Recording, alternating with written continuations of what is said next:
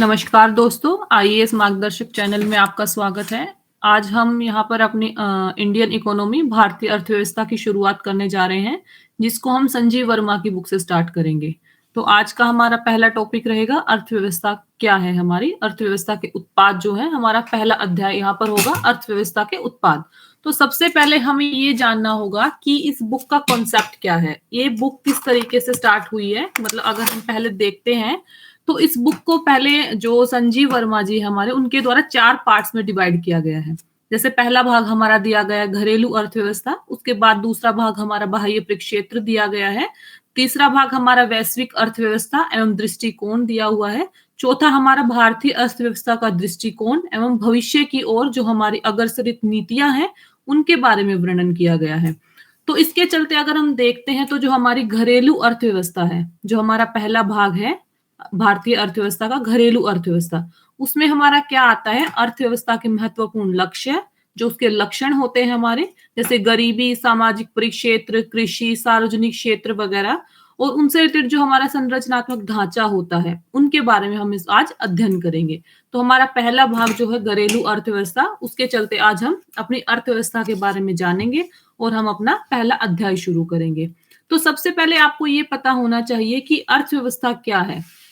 ठीक है, जब हम अगर अर्थव्यवस्था की शुरुआत कर रहे हैं हम, तो सबसे पहले हमें इस चीज का पता होना चाहिए कि हमारी अर्थव्यवस्था क्या है। तो आशा रहेगी कि जो आज हम शुरू करने जा रहे हैं वो आप सबको समझ आएगा। अगर कुछ समझ नहीं आता है तो आप कमेंट बॉक्स के जरिए क्वेश्चन डाल दीजिए और हम उसको क्लियर करने की कोशिश करेंगे। ठीक है, तो हमारा सबसे पहला कंसेप्ट क्या होना चाहिए, अर्थव्यवस्था क्या है। अर्थव्यवस्था अगर हम देखें तो किसी राष्ट्र के द्वारा जो अपने नागरिकों की सामाजिक आर्थिक स्थिति में सुधार करने के उद्देश्य से जो उपलब्ध संसाधनों का समुचित नियोजित करना होता है, विकास होता है, जो उसको हम अर्थ के केंद्र में रखकर जो उसके लिए नीतियां बनाई जाती हैं उसको हम अर्थव्यवस्था बोलते हैं। अगर मैं इसको अच्छे से बताऊं तो जो अगर हम देखते हैं जहां पर किसी विषय का कर्म व्यवहार या वैज्ञानिक अध्ययन किया जाता है उसको हम अर्थशास्त्र बोलेंगे, और अर्थव्यवस्था हम बोलेंगे कि किसी व्यवस्था यानी कि जो मैनेजमेंट हमारा होता है, जो अर्थव्यवस्था से जुड़ा हुआ प्रबंधन हमारा होगा, उसको हम अर्थव्यवस्था से कनेक्ट करेंगे।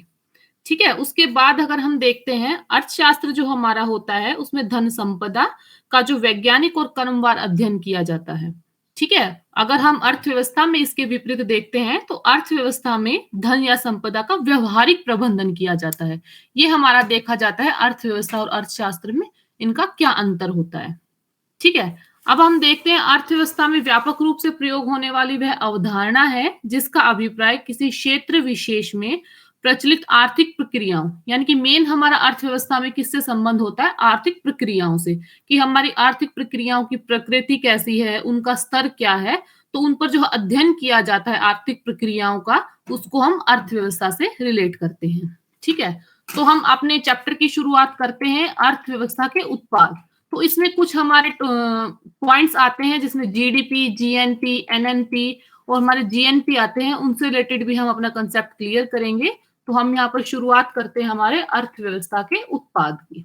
ठीक है, तो पहले देखा जाए तो इसमें लिखा हुआ है कि यदि आपसे कहा जाए कि विश्व की सबसे बड़ी अर्थव्यवस्था अमेरिका की है, तो इससे आप क्या समझेंगे। निश्चय ही इसमें विश्व समय होगा कि किन मानदंडों के आधार पर ऐसा कहा जा रहा है, भू क्षेत्रफल, जनसंख्या और अमेरिकी उत्पाद के आधार पर।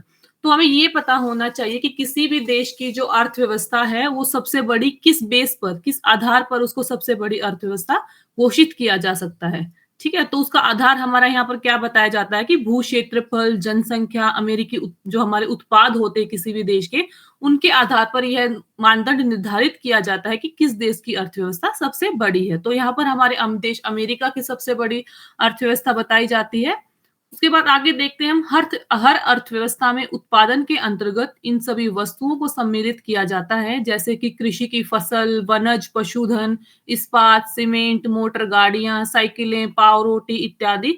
इस सब प्रकार की जो सेवाएं होती हैं या बैंकिंग, बीमा, जहाजरानी आदि के माध्यम से ये प्रदान की जाती है। मतलब एक तरीके से सेवाओं का आदान प्रदान जो होता है वो हमारा इसमें हम रखते हैं। ठीक है, इन सभी उत्पाद और सेवाओं का स्थानीय मुद्रा यानी कि अमेरिकी डॉलर, भारतीय रुपया आदि के रूप में भी वित्तीय मूल्य होता है। यानी कि सेवाओं के चलते अगर हम उत्पाद और सेवाओं का जो मध्य कनेक्टिविटी हम देखते हैं तो वो अमेरिकी डॉलर या भारतीय रुपये के माध्यम से भी निर्धारित होती है।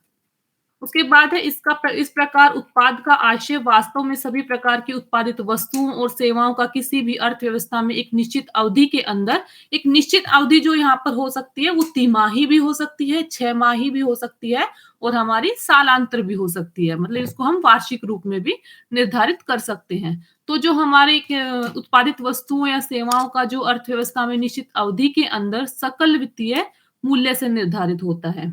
ठीक है? अन्य शब्दों में अगर कहा जाए कि उत्पाद का मतलब उन सभी उत्पादित वस्तुओं और सेवाओं से है जिनका मुद्रा के द्वारा विनिमय किया जा सकता है। मतलब अगर हम देखते हैं कि उत्पाद क्या है, तो उत्पाद हम उन सभी वस्तुओं और सेवाओं को बोलेंगे कि जिनका मुद्रा के द्वारा विनिमय किया जा सकता है। ठीक है? उदाहरण स्वरूप जो हम बोलते हैं कि एक मछुआरे और जो मछुआरे द्वारा पकड़ी गई सारी मछलियों में से कुछ वह अपने खाने के लिए रख सकता है, बाकी सभी मछलियों को वो वित्तीय मूल्य उत्पाद की विचारधारा मतलब उसमें अगर हम उस चीज को हम वित्तीय मूल्य के रूप में कनेक्ट नहीं करेंगे, जैसे अगर हम गेहूं की फसल उपज करते हैं तो उसमें हम ये देखते हैं कि जो अपने खाने के लिए हम रख लेते हैं, बाकी को हम मंडी में बेच देते हैं, तो हम उसको ही वित्तीय मूल्य के अंतर्गत हम रखेंगे। ठीक है? जो हम अपने खाने के लिए रखेंगे उसको हम वित्तीय मूल्य के अंतर्गत नहीं रखेंगे। उसके बाद आगे हमारा आता है कि उत्पाद की विचारधारा सहज लग रही है, परंतु कुछ और गहराई से विचार करने पर कहा जा सकता है कि उत्पाद के अंतर्गत दरमियानी वस्तुएं जैसे इस्पात, सीमेंट आदि भी शामिल की जा सकती है, जो कि अन्य अंतिम रूप से तैयार माल या उत्पाद आगे के किसी और उत्पाद के रूप में इस्तेमाल नहीं किया जा सकता, सिवाय मोटर कार और भवनों के, जो कि एक अपवाद है। यदि हम दरमियानी और अंतिम रूप से तैयार माल दोनों को उत्पाद की परिभाषा के अंतर्गत लाते हैं, तो इसका मतलब एक ही माल को 2 बार गणना में लेना होगा और इससे अर्थव्यवस्था के उत्पाद को बढ़ा-चढ़ाकर प्रस्तुत करना होगा। तो इसका मतलब यहाँ पर क्या है कि जैसे हम गेहूँ भी जैसे आगे इसमें एग्ज़ाम्पल भी दिया हुआ कि हम गेहूँ को भी कनेक्ट कर लेते हैं और उसके बाद अगर हम गेहूँ से जो हम पाव रोटी बनाते हैं, अगर हम दोनों चीज़ों का उत्पादन हम अगर उत्पाद के रूप में गिनेंगे, तो उससे क्या होगा कि जो हम अर्थव्यवस्था का उत्पादन होगा उसको बढ़ा-चढ़ाकर प्रस्तुत करेंगे। यानी कि एक ही चीज़ की हम 2 बार उसको हम कलेक्ट करेंगे। लेकिन हमारा अगर एक तरीके से जो हम अ, शुद्ध रूप से अगर हम देखें तो हम गेहूँ के उत्पादन को ही सिर्फ़ हम कलेक्ट कर सकते हैं इधर। तो अतः उत्पाद निर्धारण करने की दृष्टि से सिर्फ़ पाव रोटी का मौद्रिक मूल्य विचार में लिया जाएगा, न कि गेहूँ या आटे का। तो सिर्फ़ इसका कहने का मतलब ये है कि जो हम गेहूँ से उत्पाद बनाएँगे, सिर्फ़ उसी चीज़ को हम यहाँ पर अपना उत्पाद के रूप में कनेक्ट करेंगे। जैसे गेहूँ से हमने पाव रोटी बनाई, तो सिर्फ़ हम पाव रोटी को ही उत्पाद या मौद्रिक मूल्य के रूप में लेंगे, ना कि हम गेहूँ या आटे को लेंगे। ठीक है? इस प्रकार यह निर्णायक निष्कर्ष निकाला जा सकता है कि अर्थव्यवस्था के उत्पाद के अंतर्गत सिर्फ़ अंतिम रूप से तैयार माल और सेवाओं के एक निश्चित अवधि के अंदर मौद्रिक मूल्य को शामिल किया जाना चाहिए। वस्तुओं या सेवाओं का उत्पादन क वस्तु का उत्पादन और सेवा प्रदान करने को आर्थिक गतिविधियों की संज्ञा दी जाती है। तो हमारे अगर हम यहाँ पर देखते हैं तो हमारी आर्थिक गतिविधियाँ क्या होंगी? तो जो हम वस्तुओं का उत्पादन करते हैं और जो सेवाएँ प्रदान करते हैं, हम उनको आर्थिक गतिविधियों के अंतर्गत बोल सकते हैं। परंतु प्रश्न यहाँ पर यह उठता है कि अर्थव्यवस्था में इनके उत्पादक कौन है? क्या एक अकेला व्यक्ति उत्पादन होता है या व्यवसायी? तो यहाँ पर ना तो एक अकेला व्यक्ति होगा, ना ही एक कोई निजी कंपनी। मतलब यहाँ पर अगर देखें तो अकेला व्यक्ति, छोटे व्यवसायी, टाटा, बिरला, रिलायंस उद्योग जैसे निजी कंपनियाँ या कोई और भी। तो सिर्फ़ हम एक ही चीज़ को यहाँ पर या स्पेशल किसी एक चीज़ को हम ये नहीं बोल सकते कि यही उत्पादक होगा। उसमें कोई एक छोटा व्यक्ति भी हो सकता है या बड़ा कोई व्यवसायी भी हो सकता है या हम एक कंपनी को भी हम ये बोल सकते हैं कि वो उत्पादक है। सरकारी उपक्रम जैसे सार्वजनिक क्षेत्र की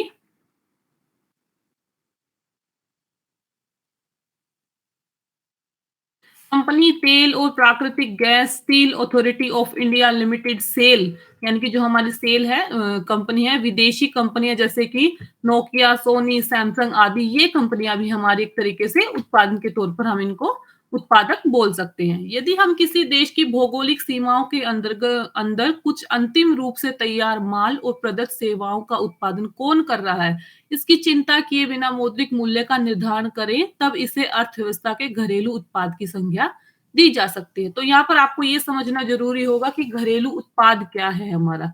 तो घरेलू उत्पाद में हम क्या बोल सकते हैं कि किसी चीज़ सिर्फ़ भौगोलिक देश की सीमाओं के अंदर, जो हम देश की भौगोलिक सीमाओं के अंदर जो हम तैयार माल या जो सेवाएँ प्रदान की जाती हैं, उनकी चिंता किए बिना मौद्रिक मूल्य का निर्धारण अगर हम करते हैं, सिर्फ हम ये देखते हैं कि उत्पाद कौन कर रहा है, तो हम घरेलू उत्पाद की संज्ञा देंगे। ठीक है? हम उसमें ये नहीं देख सकते कि कौन हमें सेवाएँ दे रहा है या कहाँ पर उस चीज़ का उत्पादन किया जा रहा है। इस प्रकार इस संदर्भ में हम देख सकते हैं, आगे बोला जा रहा है, इस प्रकार भारतीय संदर्भ में घरेलू उत्पाद के अंतर्गत समस्त अंतिम रूप से तैयार माल यानी कि अंतिम वस्तु हम यहाँ पर किसको बोलेंगे कि जिसका एक बार प्रयोग किया जा सकता है। जैसे कि अंतिम रूप से तैयार माल यानी कि उसका दोबारा पुनर्निर्माण ना हो सके, उस चीज को हम अंतिम वस्तु के रूप में यहाँ बोलते हैं। एवं प्रदत्त सेवाएं जिनको व्यक्तिगत तौर पर निजी कंपनियों के द्वारा, सार्वजनिक क्षेत्र और विदेशी कंपनियों के द्वारा प्रदान किया जा रहा है, उनके कुल मौद्रिक मूल्य को शामिल किया जाता है। ठीक है? एक अर्थव्यवस्था के अंदर यह देखने के बाद कि वस्तुओं का उत्पादक कौन है, हमें यह देखना है कि वस्तुओं का उत्पादन कैसे होता है।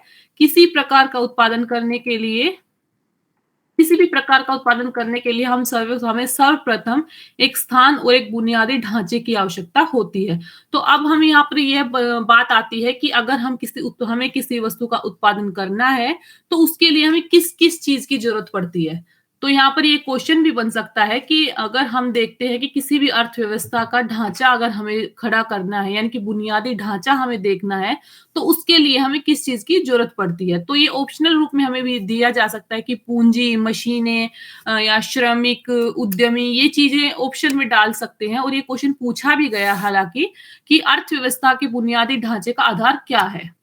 तो यहाँ पर हम देखना चाहिए कि थोड़ी ज़मीन या बिल्डिंग, धन, पूँजी ताकि मशीनों या क कच्चा माल खरीदा जा सके, बाज़ार में बना माल बेचने के लिए विज्ञापन आदि की प्रक्रिया, माल ढुलाई आदि की व्यवस्था। साथ ही चाहिए कि उत्पादन करने के लिए श्रमिक और एक व्यक्ति जिसे हम उद्यमी के नाम से जानते हैं, इन सभी को अर्थव्यवस्था में उत्पादन के कारक कहा जा सकता है। तो यहाँ पर ये दोनों चीज़ें आपको क्लियर होनी चाहिए कि उत्पादन के कारक क्या हैं और किस तरीके से हम अपने अर्थव्यवस्था को बुनियादी ढांचा दे सकते हैं। ठीक है? आगे हम देखते हैं, इस प्रकार उत्पादन के जीवन चक्र में उत्पादन के प्रत्येक कारक से जुड़ी एक कीमत होती है, जैसे कि निवेश के लिए प्रारंभिक पूंजी, भूमि या बुनियादी ढांचे का किराया, यानी कि यहाँ पर देखा जाता है कि कीमत क्या होती है। एसोसिएट कॉस्ट, उसको हम देख सकते हैं प्रारंभिक पूंजी के रूप में भी हम उसको ले सकते हैं। भूमि या बुनियादी ढांचे का किराया, जो हम भूमि देखते हैं, जो हम अपने एक तरीके से कंपनी को खड़ी करने के लिए भूमि लेते हैं, किसी भी रोजगार को शुरू करने के लिए हम भूमि लेते हैं या बुनियादी ढांचा लेते हैं, उसके लिए जो किराया दिया जाता है, हम उसकी भी एक कीमत अदा करते हैं। या जो हमारे श्रमिक होते हैं, कर्मचारी होते हैं, उनकी भी सैलरीज़ देने के लिए भी हमें एक तरीके से कीमत अदा करनी पड़ती है। तो उसको हम यहाँ पर कारक से जुड़ी एक कीमत बोल सकते हैं। ठीक है? इन सब खर्च के बाद उद्यमी जो लाभ कमाता है, वह वस्तुतः उत्पादन के लिए उठाए गए जोखिम का परिणाम होता है। ठीक है? तो ये अगर यहाँ पर अगर हम देखते हैं तो हमारा जोखिम का परिणाम क्या होगा? जो उत्पादन के लिए उठाया जाता है, उसमें हम क्या कर सकते हैं, जो हमारे सभी खर्च होते हैं, हमारी जो कीमतें होती हैं, उनके बाद जो उद्यमी को लाभ प्राप्त होता है, उसको हम जोखिम के परिणाम में डाल सकते हैं। ठीक है? यहाँ यह ध्यान देना चाहिए कि अर्जित लाभ किसी ये वर्ड यहाँ पर गलत लिखा हुआ है, यहाँ पर आएगा आर्थिक गतिविधि। तो किसी आर्थिक गतिविधि की कीमत है, परंतु यह कीमत उत्पादन के किसी कार्य की आय भी है। उदाहरण स्वरूप भूमि से प्राप्त किराया उसकी आय है, पूंजी से प्राप्त उसकी आय और मजदूरी एवं तनख्वाह श्रमिक और सुपरवाइजर की आय है और उद्यमी द्वारा अर्जित लाभ उसके द्वारा जोखिम की आय है। इसी उदाहरण को अंकों के माध्यम से यहाँ पर कुछ नीचे एग्जाम्पल के जरिए बताया गया, जैसे भूमि का किराया हमारा 10,000 रुपए, श्रमिक है जो हमारी मजदूरी है उसकी तनख्वाह रहेगी वो 1,000 रुपए, पूंजी जो हमारे ब्याज के रूप में भी रहेगी वो 750 750 रुपए, उद्यमी को जो लाभ होगा वो 500 रुपए, इसका टोटल अगर हम देखते तो 12,250 रुपए। तो यहाँ पर जो हमारा 12,250 रुपए है टोटल हुआ हमारा, उसमें हमारी सभी कीमतें शामिल हो गई हैं। ठीक है?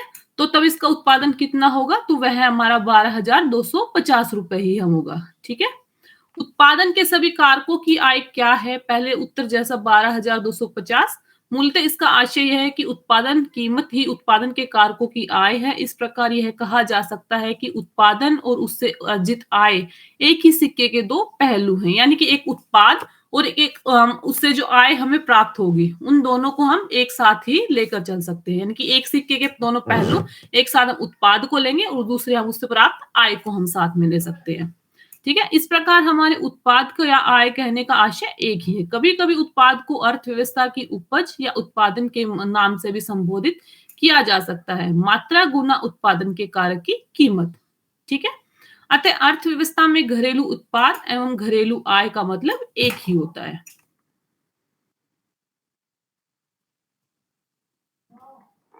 हम्म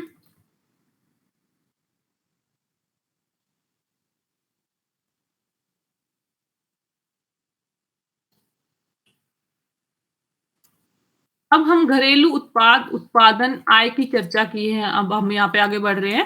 परंतु जो भारतीय विदेशों में प्राप्त आय का अर्जन कर रहे हैं, उन्हें किस श्रेणी में डाला जाए? उत्पाद के समग्र विश्लेषण के लिए राष्ट्र की भौगोलिक सीमाओं से बाहर किसी भी देश में रह रहे भारतीयों की आय को भी शामिल करना पड़ेगा। तो अगर हम अपने देखते हैं घरेलू उत्पाद या उत्पादन की चर्चा अगर करते हैं, तो उसमें जो भारतीय विदेशों से जो आय अर्जन की जाती है, उन्हें अगर हम देखते हैं कि तो किस श्रेणी में डाला जाए, तो उसमें क्या होता है हमारा, अब हम आगे चर्चा करेंगे। तो हम जो विदेशों से आय अर्जित की जाती है हमारी, उसको हम किस श्रेणी में डालेंगे? परंतु यदि हम यहाँ पर अप्रवासी भारतीयों की आय को उत्पाद में शामिल करते हैं, तो यह तर्क संगत होगा कि भारत के अंदर रह रहे विदेशियों की आय हमें अपने उत्पाद की श्रेणी से निकाल देना चाहिए। इसे विदेश से शुद्ध कारक आय, यानी कि हमारा नेट फैक्टर इनकम जो होती है फ्रॉम अब्रोड, वो भी कहा जा सकता है। ठीक है, तो घरेलू उत्पाद प्लस विदेश से शुद्ध कारक आय माइनस भारतवासी विदेशियों की आय इज इक्वल टू राष्ट्रीय उत्पाद। तो मतलब अगर हम राष्ट्रीय उत्पाद में देखें, तो जो हम राष्ट्रीय उत्पाद में सिर्फ उस चीज को कलेक्ट करेंगे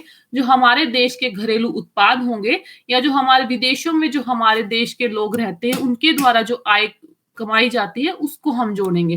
लेकिन जो भारत में विदेशियों की आय होती है, हम उसको अपने राष्ट्रीय उत्पाद में कनेक्ट नहीं करेंगे। ठीक है, तो ये चीज आपको क्लियर होनी चाहिए कि भारत में अगर विदेशों के द्वारा कोई आय कमाई जाती है, तो वो हमारे राष्ट्रीय उत्पाद में नहीं आएगी। क्या हम ये बोल सकते हैं कि घरेलू उत्पाद प्लस माइनस विदेशों से शुद्ध कारक आय इज इक्वल टू हमारा राष्ट्रीय उत्पाद, यानी कि हमारा नेशनल प्रोडक्ट। ठीक है, विदेशों से शुद्ध कारक आय धनात्मक या ऋणात्मक भी हो सकती है। ये भी क्वेश्चन में एक लाइन, जो हमारे 2-3 लाइनर फैक्ट क्वेश्चंस होते हैं, उनमें ये पूछा जाता है। ये एक लाइन की हेडिंग डाल देते हैं कि विदेशों से शुद्ध कारक आय धनात्मक या ऋणात्मक हो सकती है। ठीक है, तो दोनों हो सकती है, वो धनात्मक भी हो सकती है और वो ऋणात्मक भी हो सकती है। और यह इस बात पर निर्भर करता है कि अप्रवासी भारतीयों की आय भारत में अर्जन कर रहे विदेशियों से ज्यादा या कम है, अर्थात राष्ट्रीय उत्पाद घरेलू उत्पाद में कम होगी यदि अप्रवासी भारतीयों की आय भारत में अर्जन कर रहे विदेशियों से कम है या इसके प्रतिकूल।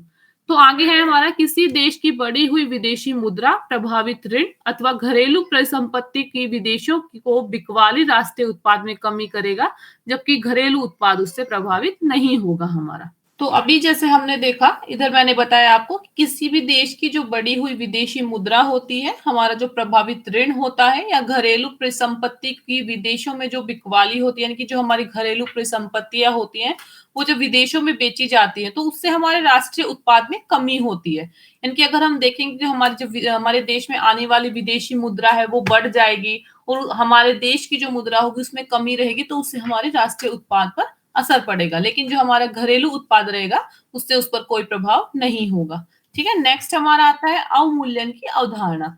अर्थव्यवस्था के उत्पाद में मशीन एवं उपकरण भी जो कि हर साल इस्तेमाल कर लिए जाते हैं, इन्हें मशीनों का अवमूल्यन कहते हैं। मतलब एक बार अगर हम यूज करने के बाद उस चीज को अगर हम दोबारा यूज नहीं कर रहे हैं, उसको हम एक बार अवमूल्यन करते हैं। ठीक है, तो इस प्रकार की मशीनों का उत्पादन प्राय पुरानी मशीनों को बदलने के लिए किया जाता है, और इन मशीनों के उत्पाद पर या अर्थव्यवस्था के पूंजी स्टॉक पर ज्यादा असर नहीं पड़ता है। तो इससे अगर हम मशीनों को बार बार बदल लेते हैं, तो उनसे जहाँ तो मशीनों के उत्पाद पर फर्क पड़ेगा और ना ही अर्थव्यवस्था के पूंजी स्टॉक पर असर पड़ेगा, लेकिन हम उसे क्या कहेंगे? मशीनों का अवमूल्यन। अब नीचे इसमें दिया हुआ है कि सकल राष्ट्रीय उत्पाद हमारा, अगर उसमें हम अवमूल्यन देखते हैं तो हमारा शुद्ध घरेलू उत्पाद हमें प्राप्त होगा। तो आगे हम देखते हैं कि हमने जैसे अभी ऊपर देखा था कि सकल राष्ट्रीय उत्पाद माइनस अवमूल्यन अगर हम करते हैं तो हमें शुद्ध राष्ट्रीय उत्पाद हमारा प्राप्त होता है। तो उससे आगे अगर हम देखें, इस प्रकार अर्थव्यवस्था के उत्पाद में 4 अवधारणाएं हमारी बनती हैं। सकल राष्ट्रीय उत्पाद, सकल घरेलू उत्पाद, शुद्ध राष्ट्रीय उत्पाद और शुद्ध घरेलू उत्पाद। अब आगे बढ़ने से पहले हमें सबसे पहले ये पता होना चाहिए कि हमारा सकल राष्ट्रीय उत्पाद, सकल घरेलू उत्पाद या हमारा शुद्ध राष्ट्रीय उत्पाद या शुद्ध घरेलू उत्पाद, ये होती क्या चीज है। तो अगर हम इसको एक बार शॉर्ट फॉर्म में देखें कि ये चीज होती क्या है, तो इसको मैं आपको बताऊं तो जो हमारा जैसे सकल घरेलू उत्पाद हमारा होता है कि किसी देश की घरेलू सीमा के अंदर एक वर्ष में उत्पादित सभी अंतिम वस्तुएं व सेवाओं का जो मौद्रिक मूल्य होता है उसको हम अपना सकल घरेलू उत्पाद यानी कि हम जीडीपी बोलते हैं। ठीक है। उसके बाद अगर हम देखें तो हमारा जीएनपी जो होता है, सकल राष्ट्रीय उत्पाद, कि देश में किसी निश्चित अवधि यानी कि हमारा जो निश्चित समय होता है उसमें देश के नागरिकों के द्वारा हम उत्पाद। तो अगर हम देखें कि जीएनपी यानी कि हमारा सकल राष्ट्रीय उत्पाद क्या होता है कि देश में किसी निश्चित अवधि में यानी कि किसी निश्चित समय में अगर हम देश के नागरिकों के द्वारा उत्पादित वस्तुओं और सेवाओं का अंतिम मौद्रिक मूल्य देखते हैं तो उसको हम अपना जीएनपी बोलते हैं। तो इधर आपको जीडीपी और जीएनपी क्लियर हो जाना चाहिए। उसके बाद अगर हम देखें एनडीपी हमारा यानी कि शुद्ध घरेलू उत्पाद, तो शुद्ध घरेलू उत्पाद हमारा क्या होगा कि देश की जीडीपी में से अगर हम उस देश की पूंजी वस्तुएं, जो हमारी पूंजीगत वस्तुएं होती है, उन पर मूल्य ह्रास को घटाने से जो हमें राशि प्राप्त होती है उसको हम शुद्ध घरेलू उत्पाद बोलते हैं। ठीक है। तो जो हमारा एनडीपी होगा वो हमारा जो हमारी पूंजीगत वस्तुओं पर से जो हम मूल्य ह्रास यानी कि डेप्रिसिएशन जो हम घटाते हैं उससे हमें जो राशि प्राप्त होगी उसको हम एनडीपी बोलते हैं यानी कि शुद्ध घरेलू उत्पाद। उसके बाद अगर हम देखते हैं कि इसमें आगे आता है कि समझने की कोशिश करते हैं कि तकनीकी रूप से कौन सी प्रणाली वृद्धि को मापने में सर्वोत्तम है। स्पष्ट है कि शुद्ध राष्ट्रीय उत्पाद प्रणाली होगी क्योंकि इसमें सर्वप्रथम राष्ट्र के सभी नागरिकों को शामिल किया जाता है और अवमूल्यन के पश्चात शुद्ध बढ़ोतरी को भी मापा जाता है। तो इसे अर्थव्यवस्था की राष्ट्रीय आय के रूप में माना जाता है। तो अब यहाँ पे शब्द आता है हमारा राष्ट्रीय आय। तो आपको ये पता होना चाहिए कि अभी राष्ट्रीय आय क्या है हमारी। तो राष्ट्रीय आय को हम देखते हैं कि जो देश की उत्पादन व्यवस्था हमारी होती है और जो अंतिम उपभोक्ता यानी कि जो देश की पूंजीगत संसाधनों का जो विशुद्ध जोड़ होता है उसको हम अपनी राष्ट्रीय आय के रूप में देखते हैं। ठीक है। तो ये चीज आपको यहाँ क्लियर हो जानी चाहिए। अब उसमें आगे देखते हैं हम कि शुद्ध राष्ट्रीय उत्पाद एवं सकल राष्ट्रीय उत्पाद अपना महत्व खोते जा रहे हैं। ऐसा इसलिए बहुधा देखा गया है कि राष्ट्रों के ऊपर भारी विदेशी ऋण लदा दिए। मतलब अगर हम देखते हैं कि अगर जब हम फॉरेन टैक्सेस जो आज के टाइम में हम पे कर रहे हैं तो उसके चलते अगर हम देखें तो जो हमारा एनएनपी है यानी कि नेट नेशनल प्रोडक्ट हमारा है यानी कि सकल राष्ट्रीय उत्पाद है हमारा, जो ये दोनों अपने एक तरीके से महत्व जो है वो खत्म करते जा रहे हैं। उससे अगर हम देखें आगे तो जिनकी भरपाई आंतरिक संसाधनों से करनी पड़ती है और इस प्रकार संसाधनों का बहिर्गमन भी बढ़ जाता है। इस बड़े बहिर्गमन से राष्ट्र का सकल राष्ट्रीय उत्पाद जीएनपी कम हो जाता है और साथ ही सकल घरेलू उत्पाद यानी कि जीडीपी है जो हमारा वो प्रभावित नहीं होता है, वो हमारा अप्रभावी रहता है। तो इससे अगर हम देखें तो जो हमारा बहिर्गमन बढ़ेगा यानी कि बाहर से चीजों का आना जाना बढ़ेगा तो उससे क्या होगा कि जो हमारा देश का हमारे राष्ट्र का सकल राष्ट्रीय उत्पाद होगा वो तो कम हो जाएगा, लेकिन उसके साथ साथ अगर हम देखें तो हमारा जीडीपी होगा उस पर कोई प्रभाव नहीं पड़ेगा। ठीक है। अब आगे हम देखते हैं इसी प्रकार अपने परिसंपत्ति की बिक्री विदेशी संसाधनों को करने की स्थिति का प्रभाव पूर्व कथन जैसा ही रहेगा। वर्तमान में भारत जैसे देश में विदेशों से भेजी हुई रकम महत्वपूर्ण है और इसमें सकल राष्ट्रीय उत्पाद प्रभावित होने लगता है, जो कि अर्थव्यवस्था के उत्पाद को मापने का सही तरीका नहीं है। अगर इसमें देखें तो हमारा जो सकल राष्ट्रीय उत्पाद है यानी कि हमारा जो जीएनपी रहेगा अगर वो प्रभावित होने लगेगा तो अगर हम देखेंगे तो हमारा जो अर्थव्यवस्था का मूल्य है, हम जो अर्थव्यवस्था को मापते हैं वो एक तरीके से शुद्ध रूप में हमें प्राप्त नहीं होगा। उसको हम एक उचित अर्थव्यवस्था का मूल्य यानी कि उचित अर्थव्यवस्था का उत्पाद नहीं मान सकते। ठीक है। आगे हम देखते हैं जीडीपी समृद्धि का एक पैमाना, यानी कि जो जीडीपी है वो हमारे कैसे हमें समृद्धि देती है, कैसे हम समृद्धि ज्ञात कर सकते हैं जीडीपी के जरिए। भारत, अमेरिका और ज्यादातर दूसरे देशों में अपनी अर्थव्यवस्था में समृद्धि मापने के लिए सकल घरेलू उत्पाद को मान्यता दी है। यहाँ पर हमारा ध्यान इस अध्याय में प्रारंभ में दिए गए उत्पाद के अंतर्गत वस्तुओं और सेवाओं के मौद्रिक मूल्य की अवधारणा की ओर जाना चाहिए। तो अब हम जीडीपी में क्या देखेंगे कि मतलब जो हमारी वस्तुएं हैं और जो हमारी सेवाएं हैं उनके मौद्रिक मूल्य की अवधारणा हम यहाँ पर देखते हैं। ठीक है, तो आगे हम देखते हैं कि यह मौद्रिक मूल्य दो परिप्रेक्ष्य में देखा जा सकता है, कारकों का मूल्य और बाजार भाव। तो हम जो वस्तुओं और सेवाओं का मौद्रिक मूल्य देखता है जिसके जरिए हम अपना जीडीपी ज्ञात करते हैं, तो उसमें क्या होता है, जो मौद्रिक मूल्य हमारा होता है उसके भी दो भाग हमारे होते हैं। एक होता है हमारा कारकों का मूल्य और एक हमारा होता है बाजार भाव। तो कारकों का मूल्य यानी कि जो हमारा प्रोडक्ट कॉस्ट ऑफ फैक्ट्स होता है, तो उसमें देखते हैं उत्पादन के कारकों की आय भी शामिल होती है। यानी कि जो हम उत्पाद, जो हम उसको प्रोडक्शन कर रहे हैं किसी उत्पाद का, तो अगर हम उसकी आय जो हम शामिल करेंगे तो वो भी हमारा कारकों का मूल्य होगा। उसके बाद है हमारा सेकंड बाजार भाव। मतलब अगर हम एग्जांपल देखें अब, तो मोटर कार का मूल्य जैसा कि पहले उल्लेखित किया जा चुका है, इसका और स्पष्टीकरण इस प्रकार किया जा सकता है कि बाजार भाव वह मूल्य है जो वस्तुओं और सेवाओं के लिए बाजार में अदा किया जाता है। तो यानी कि हमारा सेकंड जो परिप्रेक्ष्य हम देखते हैं मौद्रिक मूल्य के रूप में, तो जो बाजार भाव है, तो बाजार भाव हमारा क्या होता है कि वस्तुओं और सेवाओं के लिए जो हम मूल्य बाजार में अदा करते हैं, यानी कि हम किसी चीज को खरीदने के लिए जो हम कीमत अदा करते हैं उसको हम बाजार भाव के रूप में देख सकते हैं। ठीक है, नेक्स्ट अब हमारा होता है कि अब हम कारक के मूल्य और बाजार भाव के बीच एक अंतर की चर्चा करते हैं। तो कारक मूल्य और बाजार भाव के बीच अंतर क्या रहेगा कि सरकारें उत्पादित वस्तुओं और सेवाओं पर बाजार में पहुंचने से पहले टैक्स लगाती हैं और रियायत भी देती हैं। भारत में वस्तुओं के उत्पादन पर उत्पाद शुल्क और सेवाओं पर सेवा कर देना पड़ता है। इसके बारे में हम आगे चर्चा करेंगे। तो लेकिन अगर हम देखें तो जो हमारा बाजार मूल्य होगा, जो कारक मूल्य प्लस अप्रत्यक्ष कर यानी माइनस रियायत, यानी कि जो फैक्टर कॉस्ट होगी, अगर हम उसमें इनडायरेक्ट टैक्सेस हम ऐड कर दें और जो सब्सिडीज हमारी होती है उसको हम माइनस कर देते हैं, तो हमें हमारा बाजार मूल्य प्राप्त हो जाता है। ठीक है, तो यहाँ पर ये आपको क्लियर हो जाना चाहिए। अब नेक्स्ट हम देखते हैं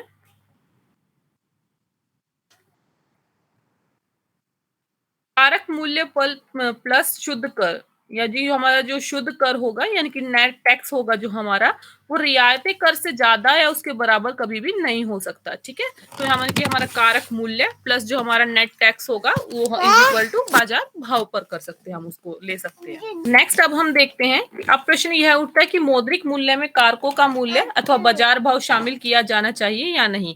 कि हम मौद्रिक मूल्य जो हमारा होता है, हम जब मौद्रिक मूल्य ज्ञात करते हैं तो इसमें हम ये देख सकते हैं कि क्या कारकों का मूल्य या बाजार भाव जो हमारा होता है क्या हम उसको ऐड कर सकते हैं।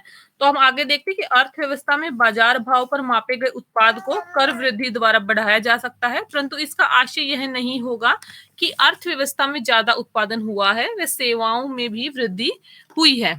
तो हम इसमें ये नहीं देख सकते कि जब हम कर वृद्धि द्वारा यानी कि हम टैक्सेस को जब बढ़ाते हैं उत्पादन में, तो ये नहीं हम उसको ये देख सकते कि हम अर्थव्यवस्था में ज्यादा उत्पादन हुआ है या सेवाओं में वृद्धि हुई है। इसका ये कोई मतलब नहीं होता है। तो अर्थव्यवस्था के उत्पाद का मापन बाजार भाव और कारक मूल्य दोनों के आधार पर होता है। तो अब हम यहाँ हमें ये क्लियर हो जाना चाहिए कि जो हमारा इकोनॉमी में जो हमारा प्रोडक्शन होता है उसका जो मापन होता है, तो वो बाजार भाव और कारक मूल्य दोनों के आधार पर होता है। किसी एक चीज के चलते हम ना तो उत्पादन निकाल सकते हैं और ना ही उसका ये देख सकते हैं कि हमें कितना उत्पादन हुआ है और क्या हम उसका ऐड कर सकते हैं। परंतु वृद्धि के निर्धारण के लिए कारक मूल्य पर आधारित उत्पाद को ध्यान में रखना होता है। अर्थात अर्थव्यवस्था में वस्तुओं के उत्पादन और प्रदत्त सेवाओं के बड़े मूल्य की रिकॉर्डिंग कारक मूल्य पर आधारित होती, न कि बाजार भाव पर। तो यहाँ पर आपको ये देखना होगा कि अर्थव्यवस्था में जो वस्तुओं का उत्पादन होता है या जो सेवाएं हमें दी जाती हैं, उसमें जो मूल्य बढ़ता है उसकी जो रिकॉर्डिंग होती है वो कारक मूल्यों पर बेस्ड होती है, ना कि हमारे बाजार भाव पर।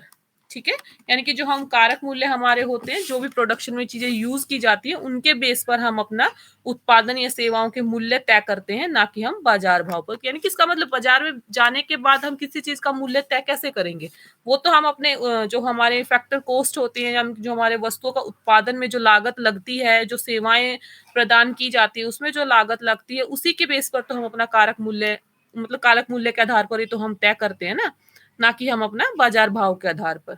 ठीक है? तो ये चीज आपको क्लियर हो जानी चाहिए कि अर्थव्यवस्था में वस्तुओं के उत्पादन और प्रदत्त सेवाओं के बढ़े मूल्य की रिकॉर्डिंग कारक मूल्यों पर आधारित होती है, ना कि बाजार भाव पर। बाजार भाव एवं कारक मूल्यों पर आधारित उत्पाद निर्धारण के बीच का अंतर अर्थव्यवस्था में कर भार के रूप में सामने आता है। तो इधर आपको ये क्लियर हो जाना चाहिए कि बाजार भाव में जब बाजार में कोई चीज आती है और जब उसका रेट फिक्स कर दिया जाता है तो वह वहां पर टैक्स के साथ आती है।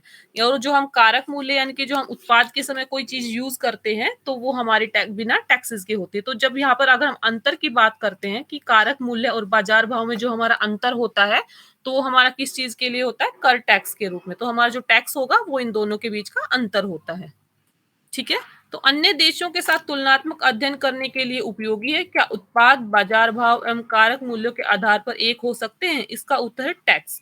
तो जो हमारा उत्पाद है यानी कि हमारे जो प्रोडक्ट्स होते हैं, बाजार भाव होता है हमारा, कारक मूल्यों के आधार पर एक हो सकते हैं। तो हम वो देख सकते हैं टैक्स के द्वारा कि सरकार द्वारा दी जा रही जो रियायतें होती हैं, रियायतों के बराबर हो या आदर्शवादी अर्थव्यवस्था के अंतर्गत टैक्स और रियायतें जो हमारी होती है शून्य के बराबर हों। तो यह विचारधारा व्यवहार योग्य न होकर ज्यादातर शैक्षणिक रूप से संदर्भित होती हैं। अब आगे हम देखते हैं कि जैसे ही हम बाजार भाव या कारक मूल्य पर आधारित वस्तु मौद्रिक मूल्य की बात करते हैं तब मुद्रास्फीति की अवधारणा उत्पन्न होती है। तो अगर हम देखते हैं कि जैसे हमारा जो बाजार मूल्य होता है यानी कि हमारा मार्केट कॉस्ट की अगर हम बात करें या हमारा फैक्टर कॉस्ट की अगर हम बात करते हैं तो हमारा ये देखते हैं कि मुद्रास्फीति की अवधारणा भी वहां से हमारी जन्म लेती है। अगर हम सामान्य शब्दों में देखें तो मुद्रास्फीति का आशय क्या होता है कि वो कीमतों से होता है कि बढ़ी हुई जो कीमतें होती हैं यानी कि हमारा प्रोडक्शन कम होता है और बाजार में कोई चीज कम पहुंचती है और उसकी कीमत अगर हम बढ़ा देते हैं तो उसको हम फैक्टर मुद्रास्फीति से कनेक्ट करते हैं। ठीक है?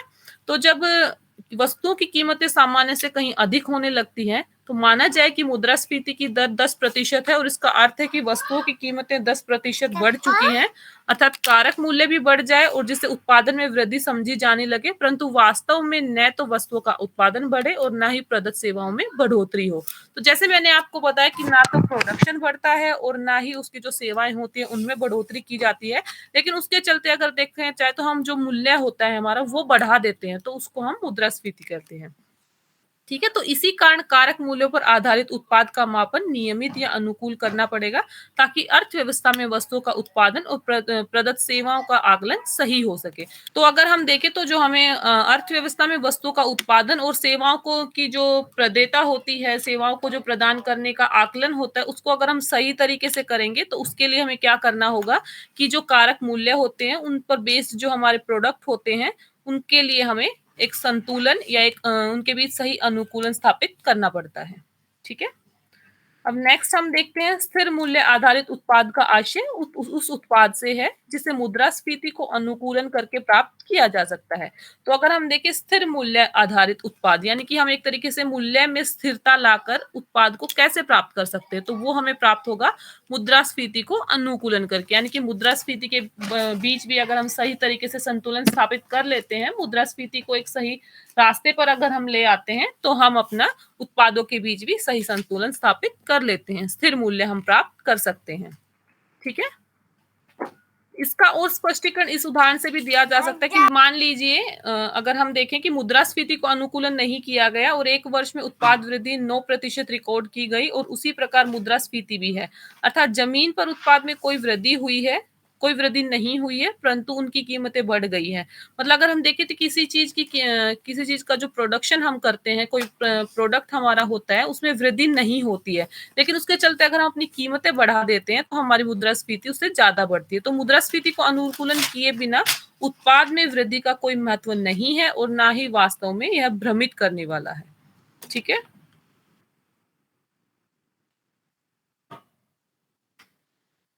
तो अगर हम देखें तो अगर ये इससे क्या हमें क्लियर हो जाना चाहिए कि अगर हम मुद्रास्फीति में अनुकूलन स्थापित नहीं करेंगे, मुद्रास्फीति को हम स्थिर नहीं बनाएंगे, सही दिशा में नहीं लेके जाएंगे, तो जो हमारे उत्पादन में वृद्धि होती है उसका भी कोई फायदा नहीं रह जाता है। ठीक है? अगर हम कीमतें ज्यादा रहेंगी तो उस चीज का क्या फायदा जब लोग उस चीज को अच्छे से खरीद ही नहीं पाएंगे। तो यहाँ पर ये आपको क्लियर हो जाना चाहिए। आगे हम देखते हैं कि मुद्रास्फीति के इस अनुकूलन करने को वास्तविक भी कहा जा सकता है। तो अगर हम देखें तो मुद्रास्फीति के इस अनुकूलन करने को वास्तविक भी कहा जा सकता है, यानी कि हम अगर मुद्रास्फीति में अनुकूलन स्थापित कर लेते हैं तो उसको हम रियल बोलते हैं, अन्यथा यह नाम मात्र की ही रह जाती है। तो एक तरीके से अगर हम अपने प्रोडक्ट की अर्थव्यवस्था को रियल यानी कि उसमें वास्तविकता स्थापित करना चाहते हैं तो हमें मुद्रास्फीति में अनुकूलन स्थापित करना पड़ेगा, अदरवाइज वो एक तरीके से नॉमिनल ही रह जाएगी। और अधिकांश सामान्य प्रवृत्ति की श्रेणी में आता है। वास्तविक वृद्धि को मुद्रास्फीति के विरुद्ध अनुकूल किया जा सकता है, जबकि नाम मात्र की वृद्धि में मुद्रास्फीति अनुकूल को नकार दिया जाता है। परिभाषाओं के अनुसार वृद्धि वास्तविक होनी चाहिए, तो हमें यहाँ ये क्लियर हो जाना चाहिए कि जो हमारी वृद्धि है वो रियल होनी चाहिए, ना कि एक तरीके से नाम मात्र की होनी चाहिए। ठीक है, इसी प्रकार ब्याज दर, आय वृद्धि, आय, मजदूरी आदि नाम मात्र या वास्तविक हो सकती है, परंतु वृद्धि का नाम मात्र या वास्तविक होने जैसी कोई विचारधारा नहीं है। तो हमें यहाँ देखें तो ये क्लियर क्या है हमें कि जो हमारे टैक्स रेट होते हैं यानी कि इंटरेस्ट रेट हमारे होते हैं, जो हमारी सैलरीज होती हैं या जो हम मजदूरी देते हैं, उसको हम नॉमिनल भी कर सकते हैं और हम उसको रियल भी कर सकते हैं, लेकिन जो हमारी वृद्धि होती है, जो हमारा विकास होता है, उसको हम एक तरीके से नॉमिनल नहीं रख सकते हैं, वो एक तरीके से रियल ही होनी चाहिए। परिभाषा के अनुसार वास्तविक वृद्धि को मुद्रास्फीति के विरुद्ध अनुकूल करना ही पड़ेगा। वृद्धि शब्द से अर्थ में यह अंतर्निहित है। भारतीय संदर्भ में वृद्धि का आशय सकल घरेलू उत्पाद में बढ़ोतरी स्थिर मूल्य पर आधारित कारक मूल्य से है। तो अगर हम हमारे देश के संदर्भ में देखते हैं कि जो हमारा वृद्धि होती है तो उसको हम अपने जीडीपी, अगर हमारे जीडीपी में वृद्धि होती है तो वो हमारा वृद्धि कहलाएगी। तो हमारी वृद्धि क्या होगी, तब हमारी जीडीपी में बढ़ोतरी होगी और जो हमारा स्थिर मूल्य पर आधारित कारक होता है उसके मूल्य से हम वृद्धि को कनेक्ट करते हैं। आगे हम देखते हैं कि भारत में यह पूरी संगणना की जिम्मेदारी सीएसओ के द्वारा सीएसओ भारत सरकार की है। तो जो अगर हम ये देखते हैं कि जो हमारी संगणना होती है, कंपटीशन होता है, उसकी जो जिम्मेदारी है हमारी, तो वो केंद्रीय सांख्यिकी संस्थान हमारा सीएसओ देखता है। तो इस संस्था द्वारा वृद्धि का त्रैमासिक आकलन हर तिमाही के अंत में मार्च से, तो यहाँ पर ये आपको याद होना चाहिए कि जो केंद्रीय सांख्यिकी संस्थान है हमारा, वो यह संगणना कब करता है, हमारा कितने टाइम के अंतराल पर करता है, तो वो करता है हमारा त्रैमासिक यानी कि हमारे तिमाही के अंत में, अर्थात मार्च, जून, सितंबर और हमारा दिसंबर के महीनों में करता है। वार्षिक वृद्धि का अनुमान प्रति वर्ष अप्रैल से मार्च के महीनों में प्रकाशित किया जाता है, जिसे सामान्यतः वित्तीय वर्ष कहते हैं, यानी कि कैलेंडर वर्ष जनवरी से दिसंबर के माह तक होता है। भारत में सभी वित्तीय गणनाएं सरकारी और उद्योग जगत की वित्तीय वर्ष पर आधारित होती हैं। अब इस अध्याय में अगर हम देखें तो छात्रों के राष्ट्रीय आय के कुल योग यानी कि नेशनल इनकम एग्रीगेट, जिसे राष्ट्रीय आय गणना, नेशनल इनकम अकाउंटिंग भी कहते हैं, कि एक सामान्य झलक हमने देख ली है। अब आगे हम देखते हैं, ये राष्ट्रीय आय गणना की उत्पाद विधि द्वारा संगणना के एक विधि है। इसके अतिरिक्त भी विधियां हैं, जैसे आय और व्यय विधि। तो आगे आने वाले चैप्टर्स में हम आय और व्यय विधि जो हमारी, हम उसके बारे में भी देखेंगे। तो अभी अगर हम देखें तो इस विषय पर और अधिक अध्ययन करने के लिए एनसीईआरटी क्लास 10th और 12th, ये एनसीईआरटीज में आपको पता चल जाता है कि इसको क्लियर अच्छे से दिया हुआ है। तो अब हम देखें राष्ट्रीय आय मापने के तरीके हमारे हैं। तो मूल्यवर्धित तरीका, वैल्यू एडेड मेथड हमारा, इनकम मेथड यानी कि आय का तरीका, उसके बाद एक्सपेंडिचर मेथड यानी कि हमारा आय का व्यय का तरीका। ये इधर मिक्स प्रिंट हुआ है थोड़ा सा। तो अगर हम देखें तो मूल्यवर्धित तरीका हमारा जो होता है, प्रारंभिक क्षेत्र में सकल मूल्य वर्धन प्लस द्वितीय क्षेत्र में सकल मूल्य वर्धन, उसके बाद सकल घरेलू उत्पाद माइनस अवमूल्यन माइनस शुद्ध प्रत्यक्ष अप्रत्यक्ष कर प्लस विदेशी शुद्ध कारक और हमारा एनएनपी यानी कि हमारा नेट नेशनल प्रोडक्ट होता है।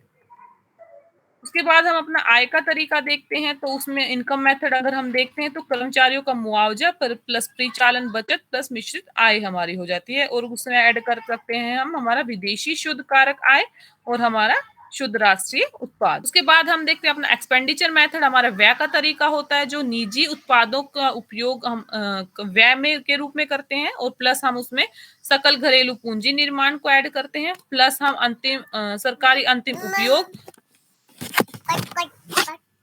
प्लस हम शुद्ध निर्यात को ऐड करते हैं। तो ये हमें क्लियर हो गया यहाँ पर। एक बार आप इस चार्ट को अच्छे से देख लीजिए, जहां पर अगर कुछ समझ नहीं आता तो कमेंट बॉक्स के जरिए आप यहाँ से पूछकर क्लियर कर लेना, ठीक है। नेक्स्ट अब अगर हम आगे देखते हैं, तो हमारा सकल घरेलू उत्पाद या राष्ट्रीय लेखा संशोधित श्रृंखला या आधार वर्ष हमारा 2011-12 जो इधर दिया हुआ है। तो अर्थव्यवस्था में उत्पादन और मांग के ढांचे में परिवर्तन अगर हम देखते हैं, तो होते रहने के कारण आर्थिक क्रियाकलाप के ढांचे में भी समय-समय पर परिवर्तन होता रहता है। यानी कि हमारा जब अगर उत्पादन यानी हमारे प्रोडक्शन या हमारी मांग में परिवर्तन होगा, तो उसके चलते हमारे आर्थिक क्रियाकलाप जो हैं, उनमें भी परिवर्तन होता रहता है।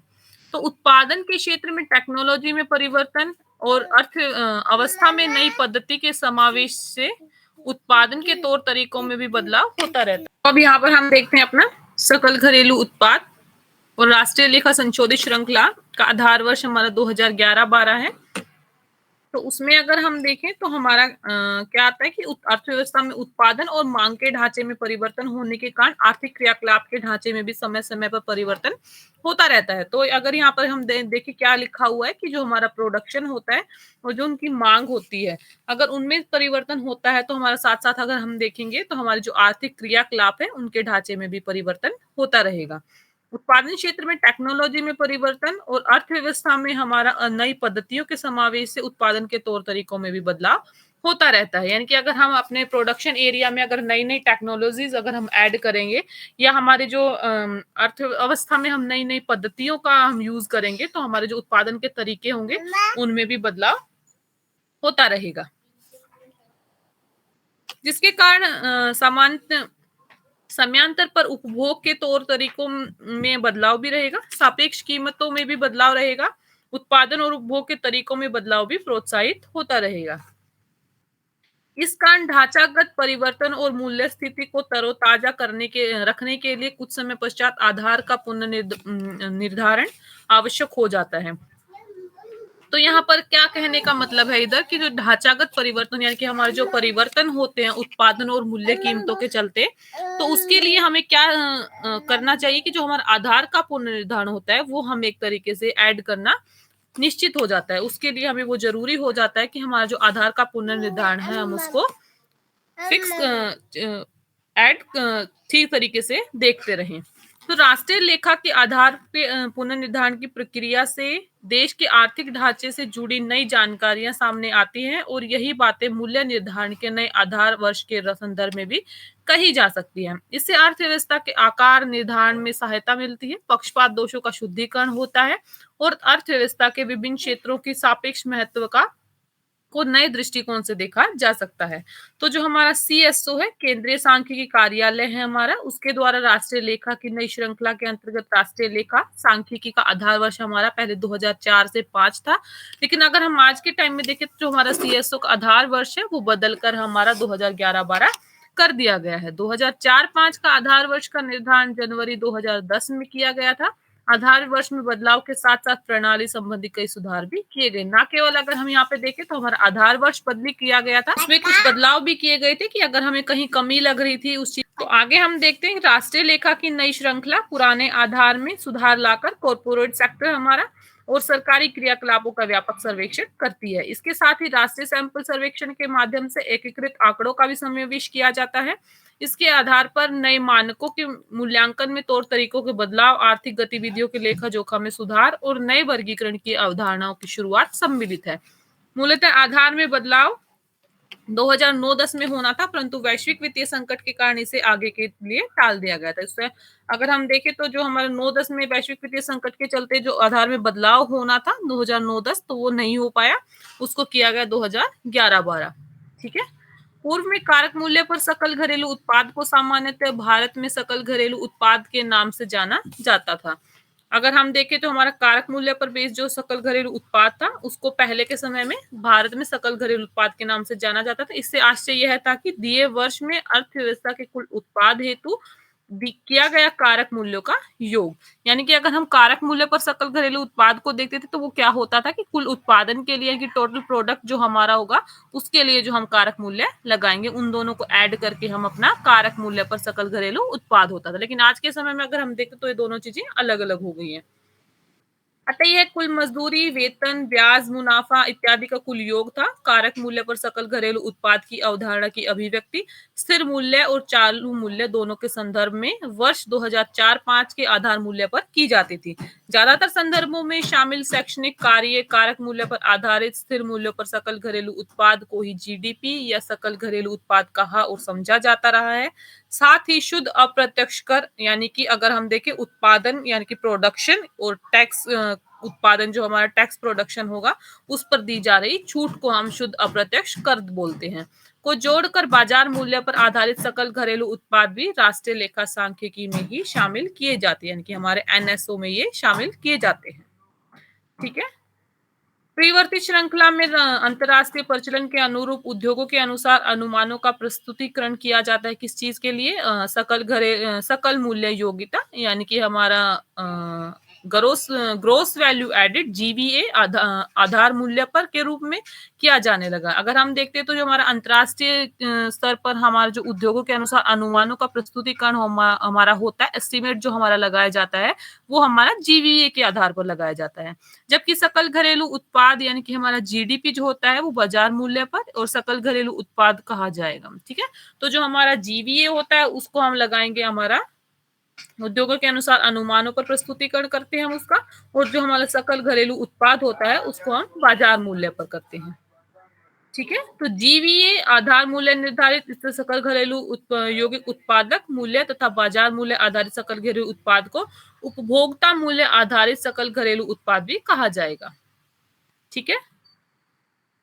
आगे हम देखते हैं कारक मूल्य आधारित जीवीए का अनुमान, जिसे पूर्व में कारक मूल्य आधारित जीडीपी कहते थे, अब आधार मूल्य यानी कि बेस प्राइस और उत्पादन कर यानी कि हमारा प्रोडक्शन टैक्स रियायतें छोड़कर, लेकिन अगर हम प्रोडक्शन टैक्स देखते हैं उसमें हमें रियायतें ऐड नहीं करनी है।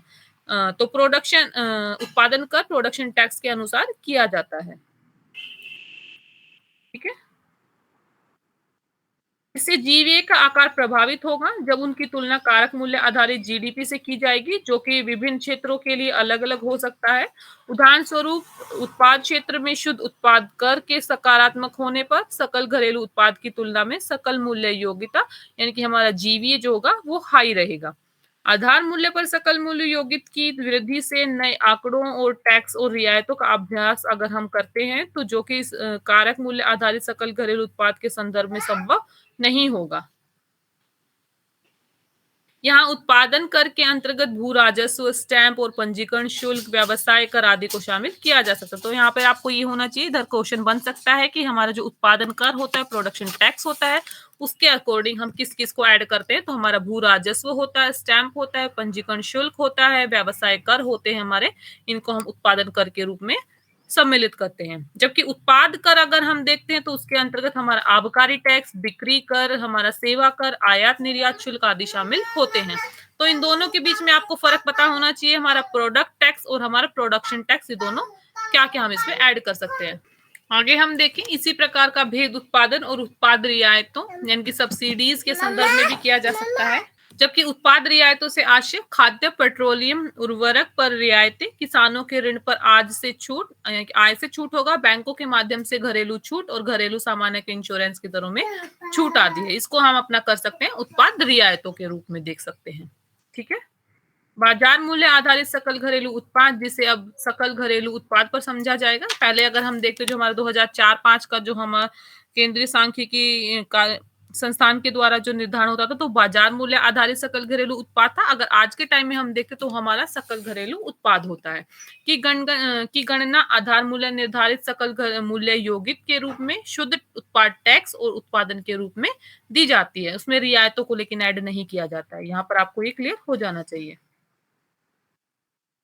ठीक है। अब आप ये जो बॉक्स में चीज दी हुई इसको अगर आप देखोगे तो इससे आपको क्लियर हो जाएगा। आधार मूल्य निर्धारित सकल मूल्य यौगिक बराबर कर्मचारी मुआवजा प्लस हमारा इसमें जोड़ रहेगा परिचालन बचत बचा और मिश्रित आय जो हमारी होगी प्लस अचल पूंजी उपभोग सीएफसी यानी कि जो हमारा होता है कॉस्ट फैक्टर जो हमारा कॉस्ट होता है, और उत्पादन कर उत्पादन पर दी जा रही रियायतें हमारी होती हैं यानी कि अचल पूंजी उपभोग प्लस हमारा उत्पादन कर माइनस उत्पादन पर दी जा रही रियायतें। यानी कि इसका मतलब ये हुआ कि जो रियायतें हमारी होती हैं उसको हम इसमें ऐड नहीं करते हैं।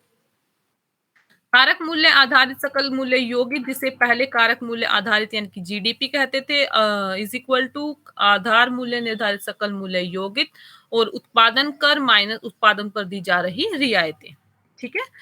उसके बाद जीडीपी को अगर हम देखें तो आधार मूल्य पर निर्धारित सकल मूल्य योगित यानी कि जीवीए हमारा प्लस टैक्स रेट हमारा रहेगा, प्रोडक्शन टैक्स रहेगा हमारा, और माइनस उत्पाद रियायतें हमारी रहेंगी। तो हमारी रियायतों को हम अपने जीडीपी में कलेक्ट नहीं करते हैं। के बाद हम देखते हैं उत्पादन या निर्माण क्षेत्र में के संदर्भ में बहुतों द्वारा तर्क दिया जाता है कि उत्पादन कम हो रहा हो, तब नई श्रृंखला के अंतर्गत यह कैसे कहा जा सकता है कि उत्पादन क्षेत्र में स्थिति इतनी खराब नहीं है। ऐसा इसलिए है कि यद्यपि उत्पाद क्षेत्र का उत्पादन ठहर सा गया है अथवा कम हो रहा है, परंतु उसका योगित मूल्य पूर्व से बेहतर था। सकल घरेलू उत्पाद योगित मूल्य का मापन है, न कि उत्पादन का। तो जो हमारा योगित मूल्य सकल घरेलू उत्पाद होगा, जो जीडीपी हमारा होगा, वो योगित मूल्य का उत्पादन है कि हमारे जीवीए का है, ना कि हमारे प्रोडक्शन का।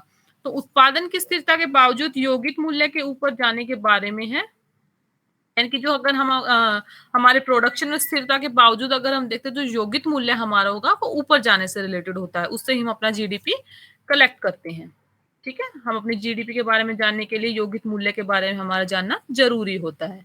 तो पूर्व में उत्पादन क्षेत्र के योगित मूल्य का आंकड़ा भारतीय रिजर्व बैंक द्वारा किए गए त्रैमासिक औद्योगिक दृष्टिकोण सर्वेक्षण से प्राप्त किया जाता था, परंतु अब कंपनी मामलों के मंत्रालय यानी कि एमसीए द्वारा कंपनी अधिनियम के अंतर्गत पंजीकृत सभी कंपनियों के लिए ऑनलाइन आंकड़ों की रिपोर्टिंग की जानी अनिवार्य कर दी गई। तो यानी कि पहले तो हम क्या करते थे कि रिजर्व बैंक के द्वारा त्रैमासिक औद्योगिक दृष्टिकोण एक तरीके से सर्वे हम पहले कर देते थे, लेकिन अब क्या हो गया है कि मतलब जो हमारी रिपोर्ट्स होती है, ऑनलाइन डाटा हमारा होता है, उसको एक तरीके से ऑनलाइन डालना जरूरी कर दिया गया है कि किसी भी कंपनी के लिए जरूरी नहीं कि कोई भी चीज सर्वे के द्वारा ही प्राप्त की जाए, उसका ऑनलाइन डाटा भी रिकॉर्ड होना जरूरी होता है। ठीक है। उत्पादन क्षेत्र के आंकड़ों के यौगिक मूल्य के लिए एमसीए 21 डाटाबेस का उपयोग किया जाता है। एमसीए डाटाबेस आज की तारीख में लगभग 5 लाख कंपनियों के आंकड़े जुटाता है और इसे काफी हद तक जगत के सही प्रतिनिधित्व का श्रेय दिए जाता है। यानी कि एमसीए डाटाबेस हमारा क्या है, तो अगर हम देखें तो ये हमारा है कि कंपनियों का जो डाटा होता है कि किस कंपनी के द्वारा क्या प्रोडक्शन किया जा रहा है, कितना प्रोडक्शन हुआ है, किस बेस पर वो प्रोडक्शन कर रही है, तो उसका जो सारा भी लेखा जोखा वो हमारा है, वो एमसीए डाटाबेस के द्वारा तय किया जाता है। और इसे काफी हद तक आज के जगत में सही प्रतिनिधित्व का श्रेय भी दिया जा सकता है। भारतीय रिजर्व बैंक यानी कि आरबीआई के सर्वेक्षण के द्वारा छोटे आकार के होते हैं और उन्हें क्षेत्रवार विश्लेषण के लिए पर्याप्त नहीं माना जा सकता। तो जो अगर हम देखें तो आरबीआई के जो सर्वे हमारे होते हैं वो छोटे होते हैं और वो कुछ कभी हुए तो होते हैं, कभी नहीं होते हैं। तो अगर हम देखें तो जो आरबीआई के सर्वे वो छोटे आकार के होंगे, क्षेत्रवार विश्लेषण के लिए हर एरिया में जाके आरबीआई इस चीज को तय नहीं कर सकता है। तो इसी के चलते हमारा एमसीए के द्वारा ये डाटा हमारा कलेक्ट किया जाता है। इसके अतिरिक्त उत्पादन क्षेत्र में यौगिक मूल्य की उद्योगों के वार्षिक सर्वेक्षण यानी कि हमारा एएसआई द्वारा प्रदत्त आंकड़ों को औद्योगिक उत्पादन सूचकांक पर बहिर्वेशन करके बीच की अवधि की गणना की जाती है।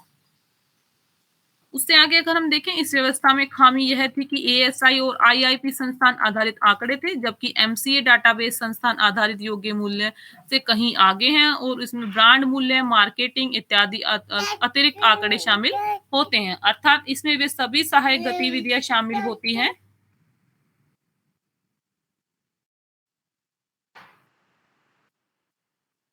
जो कि पूर्व में उत्पादन क्षेत्र के यौगिक मूल्य के बराबर हुआ करती थी।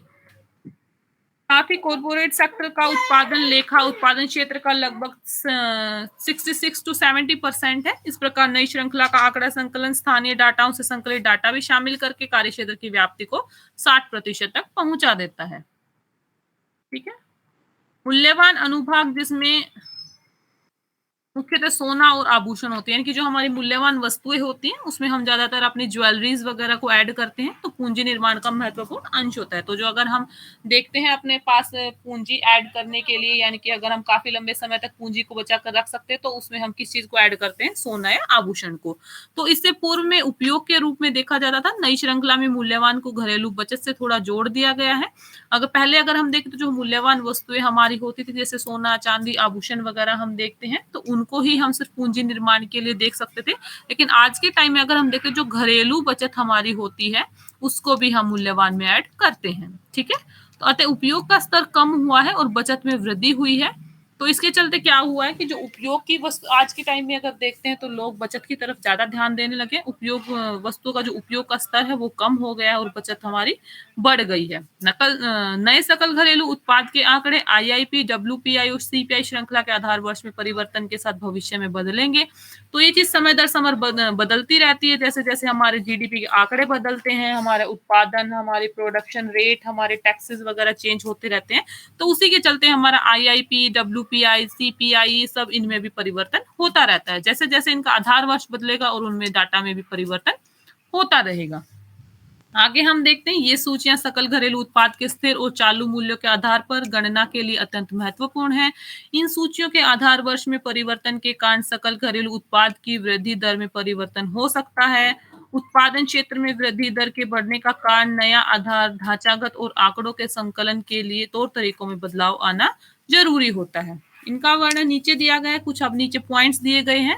जैसे हमारा संस्थानोन्मुखी दृष्टिकोण से उद्योन्मुखी दृष्टिकोण में परिवर्तन, यानी कि अगर हम देखते हैं कि जो हमारा संस्थाओं का दृष्टिकोण होता है उनके चलते कैसे हमारे उद्योगों के वार्षिक सर्वेक्षण होता है, कैसे उनकी उत्पादन क्रियाएं होती हैं, उनमें क्या क्या परिवर्तन होता है, क्या क्या एक उद्यम के द्वारा, एक कंपनी के द्वारा क्या क्या अपने प्रोडक्शन को बेहतर बनाने के लिए क्या यूज किया जाता है, किन क्रियाओं को शामिल किया जाता है, ये सब इसमें शामिल किया जाता है। तो उद्योन्मुख दृष्टिकोण एमसीए 21 डाटा, यानी कंपनी मामलों का जो मंत्रालय है हमारा एमसीए 21 के द्वारा सुविधापूर्ण बन चुका है। संभवतः इन परिवर्तनों के उत्पादन क्षेत्र की पंजीकृत इकाइयों का कवरेज भी बढ़ा दिया है।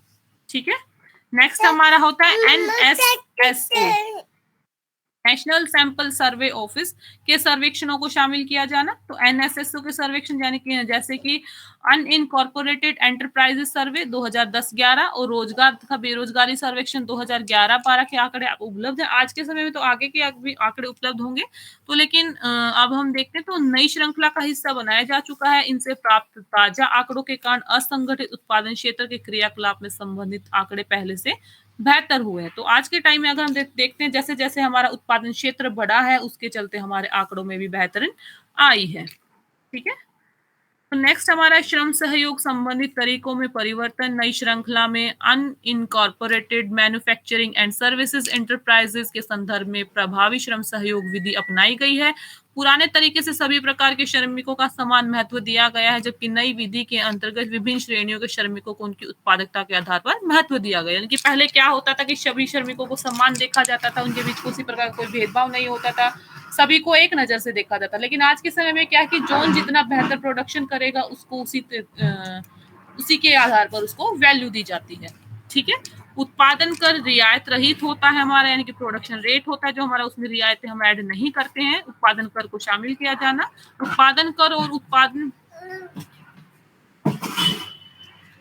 यानी कि प्रोडक्शन रेट और उत्पादन पर रियायतों का शुद्ध यानी कि नेट जो हमारा होता है रियायतों पर, और उत्पादन में सकारात्मक होता है। तो यानी कि जो हमारा प्रोडक्शन टैक्स होता है और उत्पादन पर यानी प्रोडक्शन में जो हमारी रियायतों का नेट होता है वो उत्पादन में एक तरीके से सकारात्मक होता है, पॉजिटिव होता है। जबकि कृषि और अन्य सहायक क्षेत्र में दूसरी ओर बातों के साथ साथ नकारात्मक भी होता है। कृषि क्षेत्र में अगर हम देखें तो वो एक तरीके से नकारात्मक भी हो सकता है। अतः सकारात्मक शुद्ध उत्पादन कर अपने क्षेत्र में सकल मूल्यवर्धन का आकार अपने क्षेत्रों की सापेक्ष और संपूर्ण संदर्भ में बढ़ा कर देगा। इसके अतिरिक्त किसी भी प्रकार का परिवर्तन चाहे वह नीतियों में ही क्यों ना हो, यदि पूरे उत्पादन कर और रियायतों का स्वरूप बदलता है तो तब उस क्षेत्र की वृद्धि दर में भी परिलक्षित होने की संभावना होती है। तो यहाँ पर आपको ये क्लियर हो जाना चाहिए कि किसी भी एरिया में अगर हम अपने प्रोडक्शन रेट को देखते हैं तो हमारा अगर प्रोडक्शन रेट हमारा बढ़ेगा तो उसमें क्या होगा, हमारा टैक्सेस भी बढ़ेंगे, हमारी रियायतों का स्वरूप भी बदलेगा और उसी के चलते हमारी वृद्धि में भी परिवर्तन होगा। अब आगे हम देखते हैं यह कहा जा सकता है कि नई श्रृंखला के आंकड़ों में बड़ा बदलाव डाटाबेस को तरोताजा करने या उसकी विधि में बदलाव करने के कारण ही नहीं है, बल्कि आंकड़ों के स्रोत में भी बदलाव होता है। तो यानी कि अगर हम टाइम टू टाइम नई श्रृंखलाएं ऐड करते हैं तो उसके चलते ना सिर्फ हमारा डाटाबेस चेंज होता है, ना सिर्फ हमारी विधियां चेंज होती हैं, उससे हमारे जो आंकड़ा होते हैं, हमारे जो डाटाज होते हैं उनमें भी चेंज आता है। तो नए सकल घरेलू उत्पाद के आंकड़ों में भविष्य के में बदलाव हो सकता है। यह इस बात पर निर्भर करेगा कि आईआईपी, डब्ल्यूपीआई, सीपीआई श्रेणी का आधार वर्ष हमारा क्या है, यानी कि हमारा जो सीपीआई, आईआईपी, डब्ल्यूपीआई का आधार वर्ष चेंज हुआ है या नहीं हुआ है। क्योंकि अगर हम आधार वर्ष की बात देखते हैं तो जो आधार वर्ष हमेशा एक ही नहीं रहता है। मतलब मेरे कहने का मतलब यहाँ पर ये कि आधार वर्ष में जो नियम होते हैं, अगर आधार वर्ष हमारा चेंज होता है तो उसकी जो कार्य प्रणाली होती है, उसकी कार्य करने के जो नियम होते हैं वो भी चेंज हो जाते हैं। तो यहाँ पर यही कहा गया है कि अगर हमारा आईआईपी, डब्ल्यूपीआई, सीपीआई की श्रेणी में चेंज नहीं होता है तो हमारी जो सूचियां होती हैं, हमारे जो डाटा होते हैं, उनका भविष्य में बदलाव नहीं होगा। अगर वो चेंज हो जाते हैं, यानी कि सीपीआई, डब्ल्यूपीआई, आईआईपी का आधार वर्ष हमारा चेंज हो जाता है, तो हमारे आने वाले सकल घरेलू उत्पाद में भविष्य में जो बदलाव होता है आंकड़ों का, वो भी होगा। ठीक है। और अगर चेंज नहीं होगा तो हमारा भविष्य में आंकड़ों में बदलाव नहीं होगा। ये कुछ ऐसी महत्वपूर्ण सूचियां हैं जो चालू और स्थिर मूल्यों पर सकल घरेलू उत्पाद की गणना में महत्वपूर्ण भूमिका अदा करती हैं। इन सूचियों के आधार में परिवर्तन होने से ही जीडीपी की वृद्धि दर में भी परिवर्तन हो सकता है। तो जैसे मैंने आपको बताया कि जैसे हमारे आईआईपी, डब्ल्यूपीआई, सीपीआई, इनमें परिवर्तन यदि होगा तो हमारे जीडीपी में भी परिवर्तन होगा। तो यहाँ पर हमारा ये चैप्टर कंप्लीट होता है। आशा रहेगी आपको सब कुछ समझ आया होगा। अगर ना भी कुछ समझ आता है तो आप प्लीज कमेंट बॉक्स में क्वेश्चन डाल दीजिए ताकि मैं उसको अच्छे से क्लियर कर पाऊं। धन्यवाद।